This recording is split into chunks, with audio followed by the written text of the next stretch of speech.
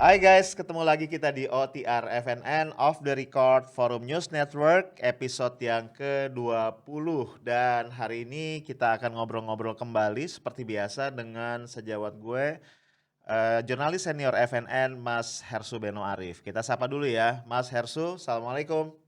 Waalaikumsalam warahmatullahi wabarakatuh. Bagaimana ini kita periode keberapa ini? Ketiga, keberapa ini? Saya udah lupa nih soal TR ini. Jangan mulai, jangan mulai. Iya iya iya. Soalnya suka Nanti suka Mas, lupa.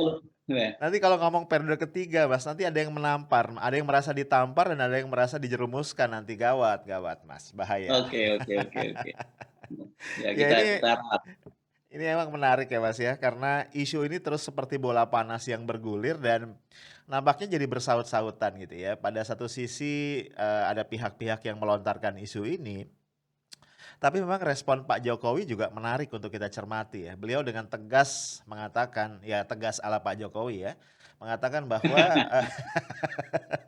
kenapa ketawa Mas? Ya kan Ya, tegas ala Pak Anda Jokowi kan, ya. Anda ini ciri khas sekali dengan orang Indonesia nih. Saya kira mau mulai terlatih gitu. Setiap kali Pak Jokowi menyampaikan statement itu pikir-pikir dulu ya seperti Iya, apa yang dimaksud beliau. Karena saya banyak membaca juga artikel itu katanya cara terbaik betul, menafsirkan statement Pak Jokowi itu dengan membacanya secara terbalik begitu. betul. Jadi saya tiba-tiba ketika Anda ngomong begitu saya jadi ketawa itu ala Pak Jokowi itu. Iya kan beliau tegas mengatakan ya bahwa mereka Mhm. yang mengangkat ide presiden 3 periode itu alternatifnya 3 nih katanya kan. Yang satu Mhm. adalah cari muka. Ya, dia bilang padahal saya sudah punya muka. Itu kalimatnya persis kayak begitu mas. Terus yang kedua Heeh. katanya adalah ingin menampar muka saya. Atau yang ketiga Mhm. menjerumuskan gitu. Jadi tiga-tiganya nggak ada yang enak Ya mas. ya. Jadi Betul kalau betul betul kita betul. kita Ya. tafsirkan letterlock ini seolah-olah Pak Jokowi ini nggak mau nih 3 periode ya. Bahkan juga dia Ya. mengatakan, dia akan taat tunduk patuh pada undang-undang, konstitusi kita, Undang-Undang Dasar 1945 yang memang, sudah menetapkan masa jabatan presiden itu, 2 periode. Dan dia mengatakan nggak ada niat tuh Mhm. 3 periode. Ya kalau kita pakai kita pakai terminologi agama Mas, niat itu kan awal dari segala sesuatu ya. Jadi kalau Pak Jokowi mengatakan tidak berniat, ini memang tafsirannya bisa panjang. Itu Mas Hersu. Jadi hati-hati kalau ngomong Ya. periode-periode Mas. Iya iya. Itu saya baca itu, tapi beliau juga menyampaikan statement terbaru. Tapi ada itu statement lama itu kalau nggak salah tahun Iya, 2019 ketika bicara dengan para wartawan begitu ya. Ketika bicara dengan para wartawan dan disinggung soal rencana amandemen Undang-Undang Dasar 45, pada waktu itu kan pemerintah ingin juga melakukan amandemen tapi berkaitan dengan soal GBHN. iya. Tapi kemudian menurut Pak Jokowi pada waktu itu ternyata bisa liar nih ketika Mhm, pintu amandemen dibuka itu titipan-titipan masuk gitu. Dan salah iya. satunya adalah soal periode tiga periode tadi. Nah kalau ini meminjam beberapa penulis yang menyatakan bahwa cara terbaik menafsirkan ucapan Pak Jokowi itu secara terbalik, saya jadi bingung juga nih. Kalau cari muka seperti Pak Jokowi tadi katanya beliau sudah punya muka, jadi nggak perlu dicari-cari. Jadi Iya. artinya kemudian kalau terbalik kan kita disuruh nyari kan gitu. Kalau kalau menjerumuskan, kalau secara terbalik berarti kan mendorong gitu, didorong-dorong kan Betul, gitu. betul, betul, betul. Nah, kalau menampar, nah ini apa ya, Pak, menampar ini playing victim gitu. Yes. Seolah-olah tampar gue ya, gue jadi korban Ya, ya gitu kira-kira. Itu kalau logika ya. Betul, betul. logika logika terbalik gitu. Ya. Jadi ini sebenarnya yang paling jagoan kalau begini ini anak-anak dari Malang nih, anak ngalam arek Yes. ngalam nih bahasa bahasa balikan kalau di sana ya. Jagoan tuh gitu. Betul. Nah, tapi sekarang kita coba, husnuzon lah, jangan selalu Mhm. suudzon semua presiden, masa nggak boleh Ya. gitu. Betul bahwa Pak Jokowi merasa, seperti tadi ditampar, cari muka dan, atau dijerumuskan. Ini tiga-tiganya nggak bagus semua loh buat Betul. buat Pak Jokowi. Mungkin yang ketiga, yang cari muka tadi ada bagusnya sih, minimal orang yang mencoba mencari muka itu berhasil, kalau dia berhasil cari muka sama presiden luar biasa nih, salah-salah jadi menteri, atau kalau nggak dapat menteri, dapat proyek lah, namanya juga bisa cari muka dan dekat dengan presiden. Nah, Atau kalau KSP, kemudian Mas? itu menampak Atau jadi KSP, oh, Mas? atau KSB kan. Katanya ada yang mau diganti nih, Mas. Ada yang mau mundur katanya ya, katanya sih. Oke. Nah, itu kan masih semua spekulasi-spekulasi, tapi bisa jadi juga dalam situasi semacam ini ada yang cari muka gitu. Nah, Ya, tetapi kalau kemudian menampar dan menjerumuskan presiden ini bisa, dampaknya bisa kriminal loh. Kalau ya, menampar presiden itu kan betul, presiden itu bagaimanapun itu kan simbol simbol kehormatan sebuah negara. betul. Itu bukan hanya kriminal tapi bisa subversif jangan-jangan kalau menampar apalagi menjerumuskan. Nah, Iya, kalau begitu kita tinggal cari dong ini Bang Arif, ya, siapa nih, dari mana idenya muncul, 3 periode ini gitu.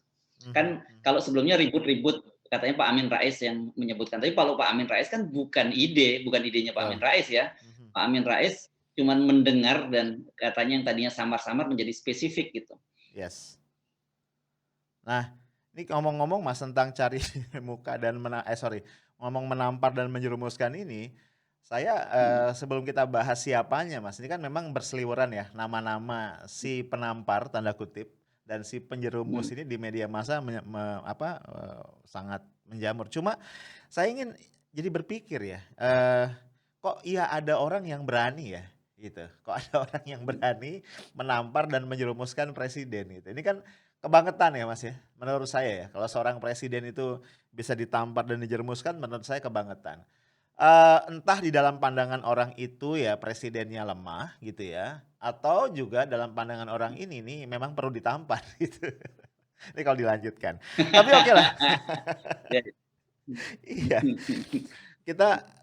Kita kembali ke isu tampar-menampar dan menjerumuskan ini. Saya membaca satu berita yang menarik. Ini kayaknya satu teman kita juga nih, tukang survei. Ada satu tukang survei ya Mas ya, Mhm, di antara sejumlah tukang survei tanda kutip ya, artinya lembaga survei lah, direktur eksekutif dari Indobarometer ya, ini Mas Kodari. Rupanya beliau ini ikut, menyuarakan itu ya, bahkan cukup spesifik. Jadi semacam menawarkan resep lah, resep untuk mempersatukan kembali rakyat Indonesia yang konon terpecah pasca, Pilpres 2019.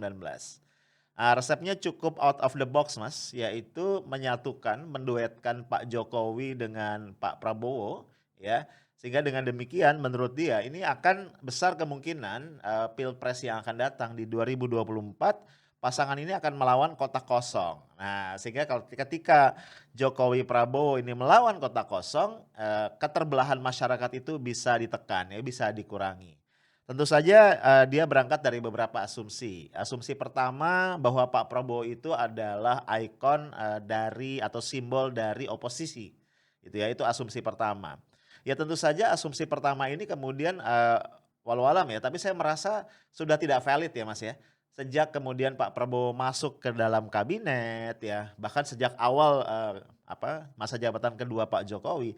Dan kemudian disusul lagi oleh pasangan Pak Prabowo di Pilpres yang lalu yaitu Pak Sandiaga Uno. Jadi nampaknya asumsi ini sudah tidak valid. Bahkan kalau kita lihat di lapangan ya, orang-orang atau masyarakat yang masih berada di pihak oposisi itu tidak lagi memandang Pak Prabowo ataupun Sandiaga Uno sebagai bagian dari oposisi itu sendiri.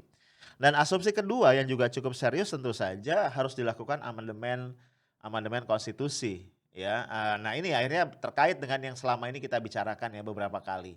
Jadi nampaknya, janji MPR RI bahwa kalaupun terjadi amandemen itu akan dibatasi pada pemberlakuan kembali GBHN yang belakangan disebut sebagai PPHN Mas ya, pokok-pokok haluan negara, ini nampaknya juga tidak bisa dipegang sepenuhnya.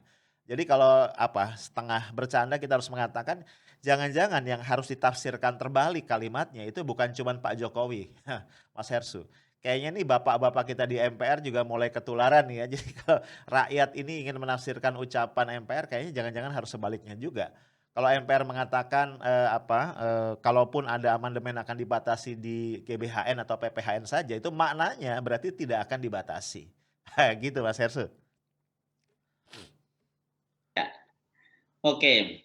Balik lagi sedikit ya. Jadi Ya, kalau, soal nampar dan menjerumuskan itu, kalau nampar itu pasti lawan politiknya Pak Jokowi. Jadi ya. apa yang disampaikan oleh Pak Amin Rais itu saya kira bagian tamparan gitu ya terhadap Mhm. Pak Presiden Jokowi karena, dalam semangat mengingatkan bahwa itu karena itu akan mengkhianati amanat reformasi, dan Pak Amin Rais itu pasti beliau itu kan dijuluki sebagai ayatullahnya reformasi. Jadi pasti Ya, beliau berkepentingan untuk menjaga jangan sampai reformasi yang digulirkan pada tahun 98 kemudian jalan setback gitu. betul. Kalau menjerumuskan ini bisa dari internal, bisa juga dari eksternal, kan begitu. Mhm.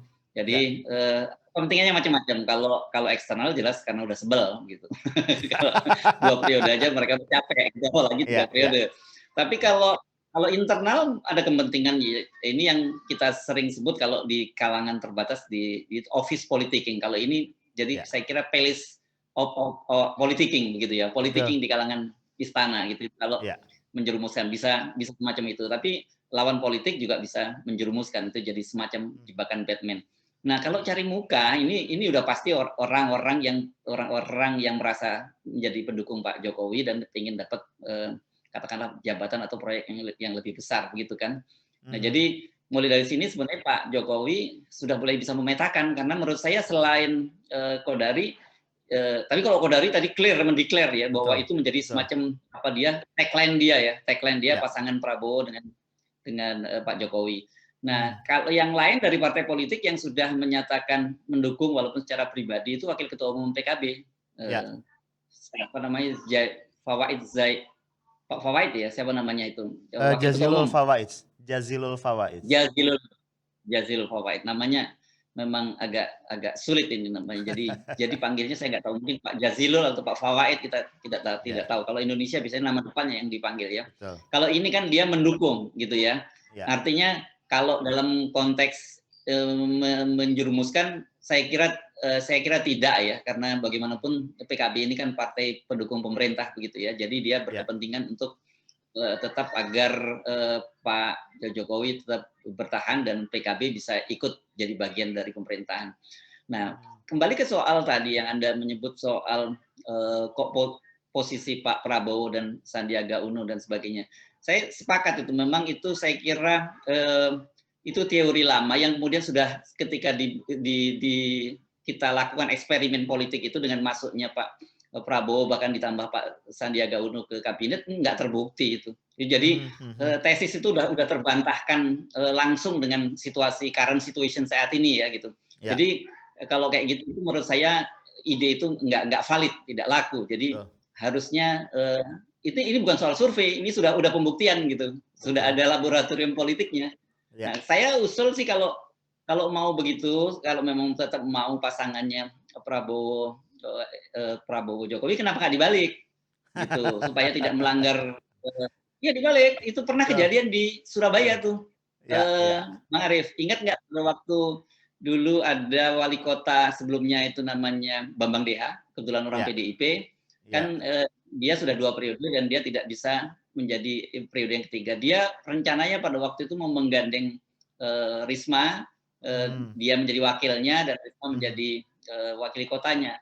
Dan Ya. nanti di tengah jalan Risma itu akan turun gitu. Tapi ternyata Mhm, Risma kemudian menjadi 2 periode dan malah sekarang dia mhm. menjadi Menteri Sosial. Mensos. Jadi saya kira meski saya tidak ingin menjerumuskan, cuman saya mengingatkan kalau ide saya ini mau diakomodir, gantian Pak Prabowo yang jadi calon presiden dan kemudian Pak Jokowi sebagai wakil presiden, hati-hati, peristiwanya pernah terjadi juga di Surabaya. Jadi rencananya seperti itu, tapi tengah jalan berubah. Ini saya udah mengingatkan ya. Jadi saya tidak menampar, tidak mencari muka, tidak menjerumuskan. Saya cuma memberi opsi saja kalau memang niatnya seperti itu. Gitu kira-kira Bang Arif.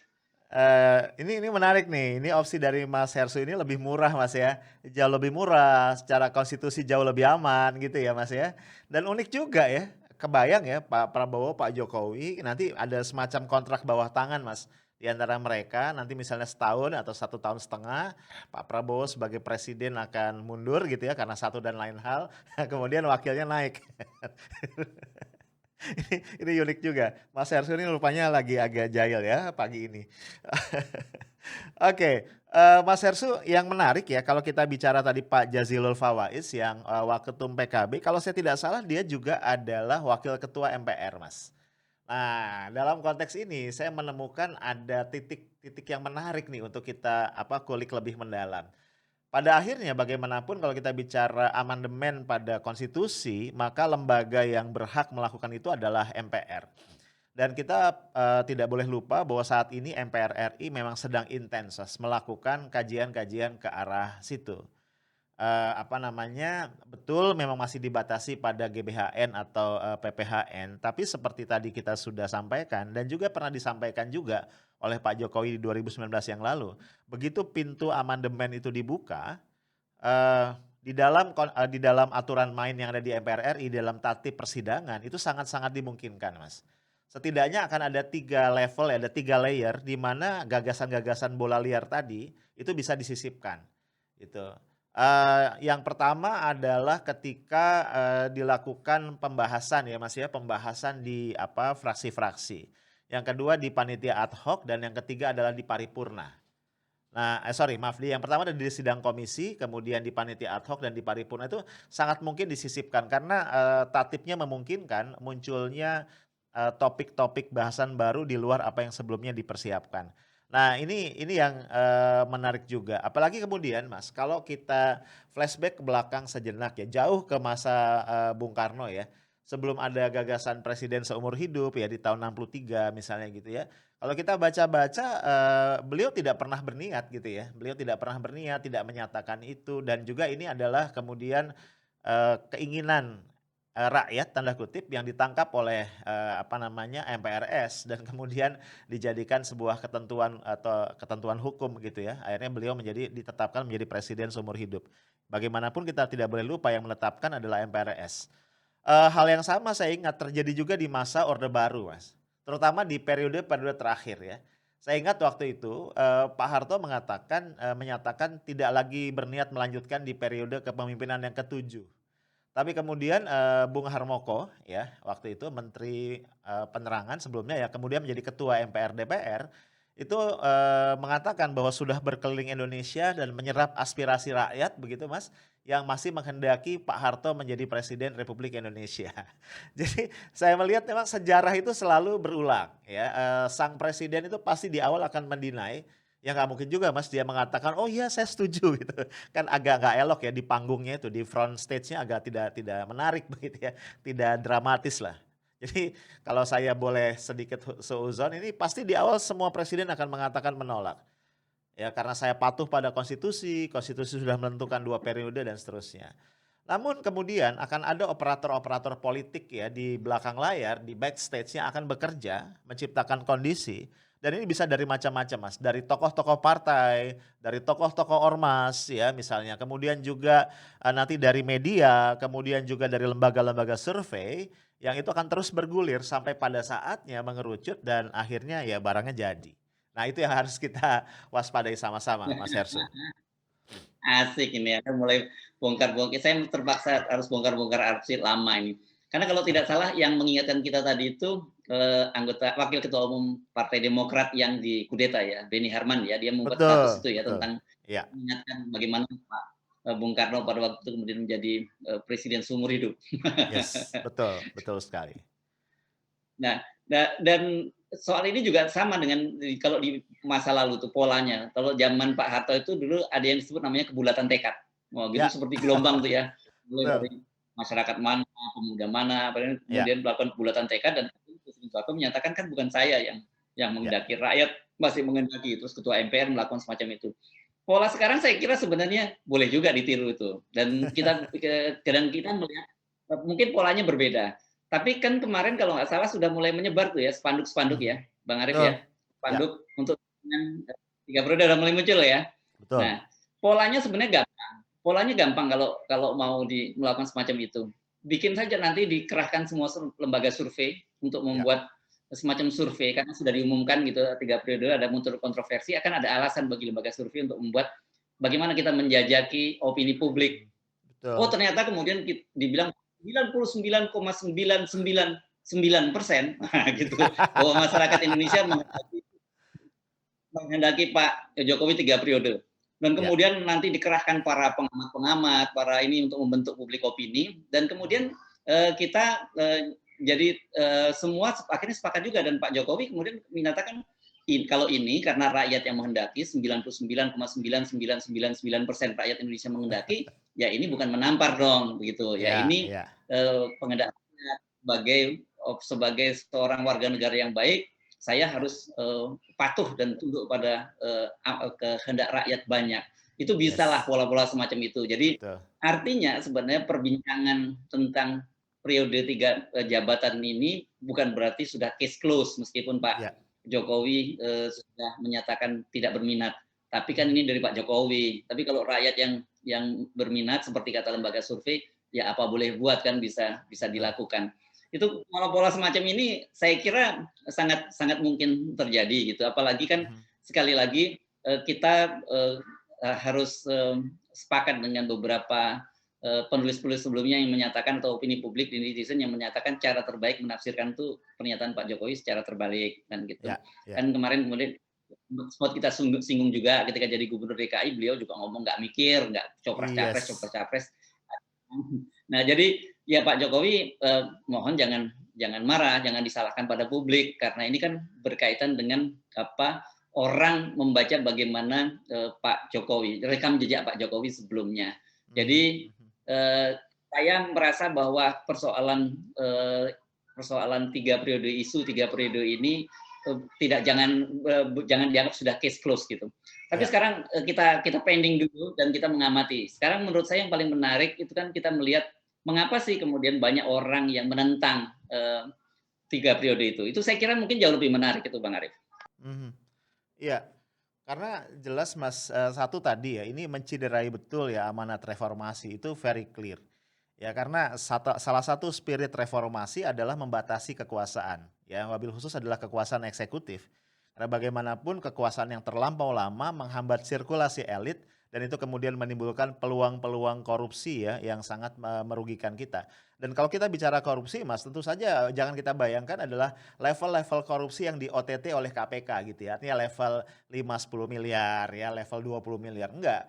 Kalau kita bicara korupsi, tentu korupsi yang paling mengerikan yang kita bayangkan adalah korupsi yang maha sulit dibuktikan, yaitu korupsi kebijakan. Nah ini yang harus kita jadikan catatan. Nah membatasi, jabatan, atau ruang gerak eksekutif termasuk membatasi masa jabatannya itu merupakan salah satu opsi atau pilihan, yang harus diambil begitu. Itu yang pertama menurut saya. Jadi ketika dia diubah menjadi 3 periode, ya ini kita tentu saja setback ya, karena akan tadi mencederai amanah itu. Dan kemudian yang lain lagi ya bisa kita bayangkan kalau kita, ini menjadi 3 periode tadi, maka yang kita lihat adalah, apa namanya, peran ya, oligarki yang kita sering, angkat itu menjadi semakin kokoh, Mas. Karena kan yang namanya oligarki, ya ini nature-nya kalau kita baca-baca di buku secara teori, itu akan senantiasa mengakumulasikan power, mengakumulasikan kekuasaan. Ketika aktor politik yang kemudian dia tempatkan di satu posisi lebih lama berada di sana, maka proses akumulasi itu akan semakin lama terjadi, akan semakin kokoh, semakin kuat, dan itu akan semakin menguasai. Tentu ini kita tidak kehendaki ya, artinya kan nanti pemburukan demokrasi akan terus-menerus terjadi. Nah, yang berikutnya lagi yang kita juga harus, cermati, tentu saja kemudian regenerasi kepemimpinan di negara kita menjadi macet begitu ya, padahal kita setiap masa itu membutuhkan pemimpinnya sendiri yang mampu melihat tantangan dan itu tentu bukan orang yang dari itu ke itu saja. Nah ini Mas kalau saya lihat bahaya-bahayanya begitu ya. Nah, tapi saya ingin sedikit kembali Mas ke tadi ya, ini ada hal yang cukup serius sebenarnya. Beberapa orang itu, menafikan ya kemungkinan 3 periode dengan mengatakan kalaupun, dewan ya, kalaupun parlemen atau MPR itu berkehendak ke arah sana, ini kan masyarakat atau publik bisa melakukan tekanan publik yang cukup kuat untuk mencegah itu. Tapi terus terang saya agak ragu Mas dengan argumentasi ini ya, karena bagaimanapun kita lihat di masa-masa sebelumnya ada berbagai kesempatan menunjukkan ternyata tekanan publik ini tidak didengar ya oleh parlemen gitu ya. Kita bisa lihat misalnya dalam konteks, revisi Undang-Undang KPK yang per hari ini terbukti clear itu melemahkan KPK. Itu ternyata tekanan publik tidak digubris oleh parlemen. Kemudian juga dalam Undang-Undang Minerba atau yang paling fenomenal adalah Omnibus Law Undang-Undang Cipta Kerja. Jadi memang kita lihat kalau sebelumnya kita membahas mengenai Taipan, membahas mengenai oligarki itu ternyata nyata ya, perannya di lapangan itu nyata ya, kemudian apa namanya, melakukan,